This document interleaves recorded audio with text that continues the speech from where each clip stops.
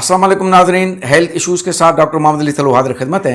नाजरीन, आज का हमारा ये प्रोग्राम डाउ यूनिवर्सिटी ऑफ हेल्थ साइंस के हवाले से होगा और ये आज का मेरा जो पैगाम है ये डाउ यूनिवर्सिटी के वाइस चांसलर जनाब डॉक्टर सईद अहमद कुरैशी साहब और जो डाउ ओझा कैंपस के मेडिकल सुपरिटेंडेंट डॉक्टर जाहिद के नाम पे होगा।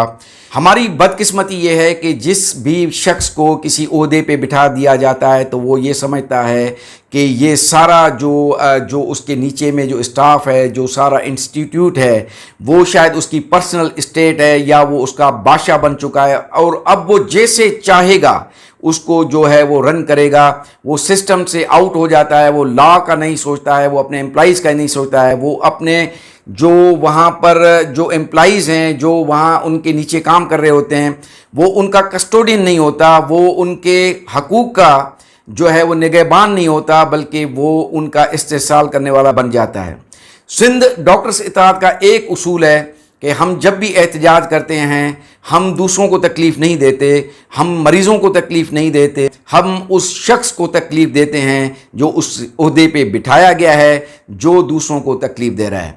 तो मेडिकल सुपरिटेंडेंट की जो कुर्सी है वो कभी भी आपको ये अथॉरिटी नहीं देती कि आप अपने जो नीचे आपके काम करने वाले हैं उन पे चीखें, उन पे चिल्लाएं, उनको बुरा भला कहें और उनको तजवीज़ करें कि आप ये जॉब छोड़ दें अगर आपसे काम नहीं होता। असल मसला ये है आपसे ये ओहदा चलाया नहीं जाता। अब जब आप खुद नाअहल होते हैं तो आप अपनी नाअहली का जो असल जो आपका गुस्सा है वो दूसरों पे निकालते हैं। इसी आपके रवैये की वजह से बहुत सारे जो हमारे एम्प्लॉइज़ हैं वो या तो जॉब छोड़ चुके हैं या वो जॉब छोड़ना चाहते हैं और ये शिकायतें मुसलसल हमारे पास आ रही हैं और हम इसको ऑब्ज़र्व भी कर रहे हैं।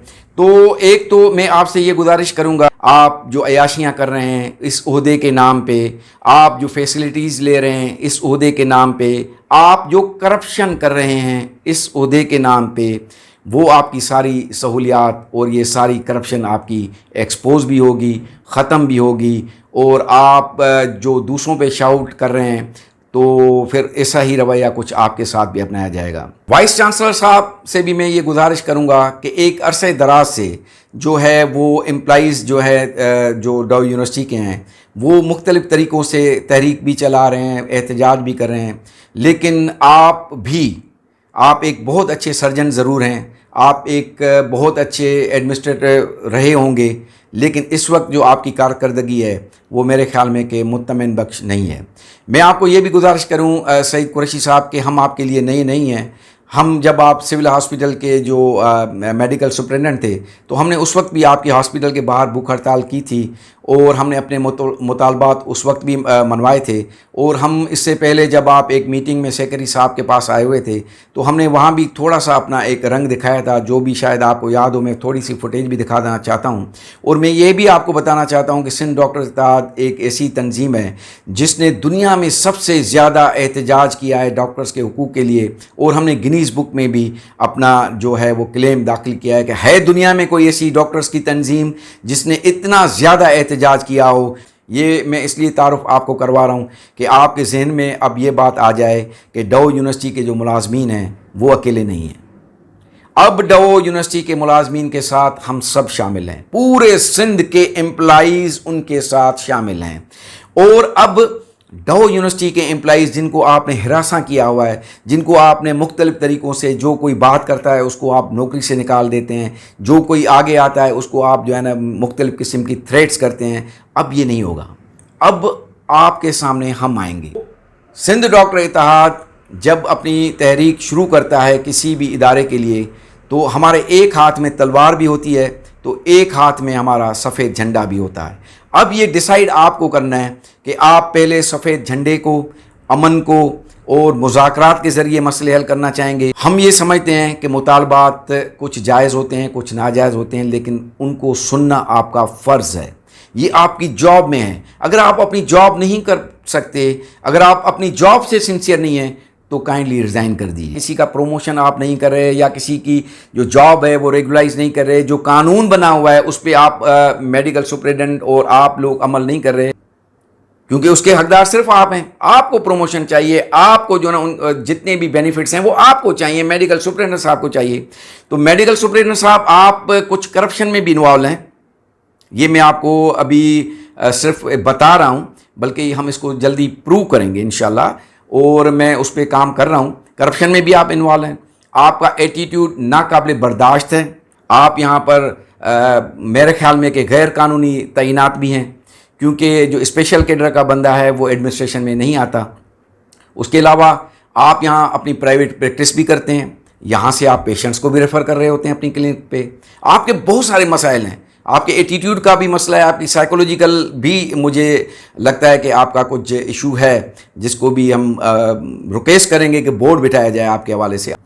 और इतना प्रोलॉन्ग जो किसी पोस्ट पे बंदा बैठता है, तो हमें पता है कि ये पोस्टिंग्स मिलती कैसे हैं, क्यों जो है ना वो लोगों को 1 महीने 2 महीने में ट्रांसफ़र कर दिया जाता है। लेकिन आप में पता नहीं कौन से सुरखाब के पर लगे हुए हैं, आप में कौन सी ऐसी अच्छाई देख ली गवर्नमेंट ने, वो हमें पता है, शायद आपके एम्प्लॉइज़ को नहीं पता होगा। वो अच्छाई हमें पता है कि आप इतने अरसे से क्यों हैं, वीसी साहब इतने अरसे से क्यों हैं, एक पोस्ट छोड़ते हैं तो दूसरी पोस्ट मिल जाती है, वो हमें पता है। दूसरा मेरा मैसेज होगा सिंडिकेट के मेंबरान को, सर जी हमारी आपसे कोई भी दुश्मनी नहीं, ना हमारी आपसे कोई जान पहचान है, ना हमारा कोई आपसे लेन देन है, लेकिन आपकी जो अथॉरिटी है उसको मिसयूज़ किया जाता है, आपकी सिग्नेचर को मिसयूज़ किया जाता है, गैर कानूनी काम लिए जाते हैं आपसे। और जब ये कानूनी जब उसमें चाराजोई में आएंगे तो आपके ख़िलाफ़ भी कानूनी कार्रवाई होगी।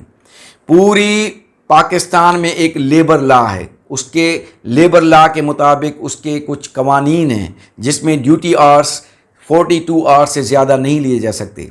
आपकी सिग्नेचर से ये जो हमारे अजीम जो शख्स हैं मेडिकल सुपरिटेंडेंट साहब, जो कि लोगों को बोलते हैं कि आप 8-8 घंटे ड्यूटी करो, 9 घंटे ड्यूटी करो, ये गैर कानूनी है। मेडिकल सुपरिटेंडेंट साहब, आपने रूम के चार्जेस बढ़ा दिए, आपने कहा कि महंगाई है, आपने फैसिलिटीज़ कम कर दी रूम्स में, आपने कहा बोझ पड़ जाता है। तो ये बोझ सिर्फ आपके ऊपर आ गया, हॉस्पिटल के ऊपर आ गया है, मुलाजमीन पे बोझ नहीं है महंगाई का। उनकी तनख्वाह कभी आपने देखी है? सीनियर मेडिकल ऑफिसर को 1 लाख रुपये आप तनख्वाह देते हैं, और पैरामेडिकल्स को आप जो 2.5 लाख रुपया तनख्वाह गवर्नमेंट दे रही है वो आप 1 लाख रुपया दे रहे हैं। क्यों? आप अपने घर से पे करते हैं। आप कितना कमाते हैं? आप कितना कमाते हैं जाहिद साहब और वीसी साहब, आप कितना कमाते हैं? तो मेरी ये गुजारिश है कि आप हमें उस हद तक न ले जाएं। अब हम अपने डॉ यूनिवर्सिटी के मुलाजमीन के साथ हैं, हम उनको अकेला नहीं छोड़ेंगे। मुतालबा तो आपको मानना पड़ेंगे, ये तो आप भूल जाएं, बिल्कुल अपने दिमाग से भूल जाएं। कोविड के जो बजट है, जो कोविड के आईसीयूज़ में काम कर रहे थे, वार्ड में मिल रहे थे, उनको नहीं मिल रहा वो कोविड अलाउंस, तो किसको दे रहे हैं भाईजान? वो बजट कहाँ जा रही है? कौन से मनपसंद ऐसे अफराद हैं? बहरहाल ये लंबा मैसेज हो जाएगा। हमारी पहली जो आपसे गुजारिश हाथ जोड़ के कि आप अब बात को समझ जाएं, अब ये एम्प्लॉइज़ अकेले नहीं हैं। और एमएस साहब, हमें ये भी पता है कि आप में थोड़ा सा तासुब परस्ती का भी एक फैक्टर है, वो भी निकाल देंगे, वो भी निकाल देंगे बिल्कुल इंशाअल्लाह। आपको हम जो एक नॉर्मल इंसान है वो बना देंगे। आप जो हैं वो जॉइंट एक्शन कमेटी के साथ बैठ के उनके मुतालबात सुने और रिजॉल्व करें। सुने नहीं, कान सिर्फ सुनने के लिए, दिमाग भी है उसको हल करने के लिए मेरे सर। तो ये आप थोड़ा सा अपने दिमाग को भी थोड़ा चलाइएगा और ये मसाइल हल होने चाहिए। अगर जो नाजायज़ होंगे जो इनके मुतालबात, वो आप बता सकते हैं, हम इनसे बात करेंगे। आपसे मुज़ाकरात सिंध डॉक्टर्स इत्तेहाद नहीं करेगा, कोई अलायंस नहीं करेगा। आपके जो आपसे बातचीत होगी, मुज़ाकरात होंगे, वो आपके अपने एम्प्लॉइज़ करेंगे। तो अब मैं इजाज़त चाहूँगा। अल्लाह हाफ़िज़।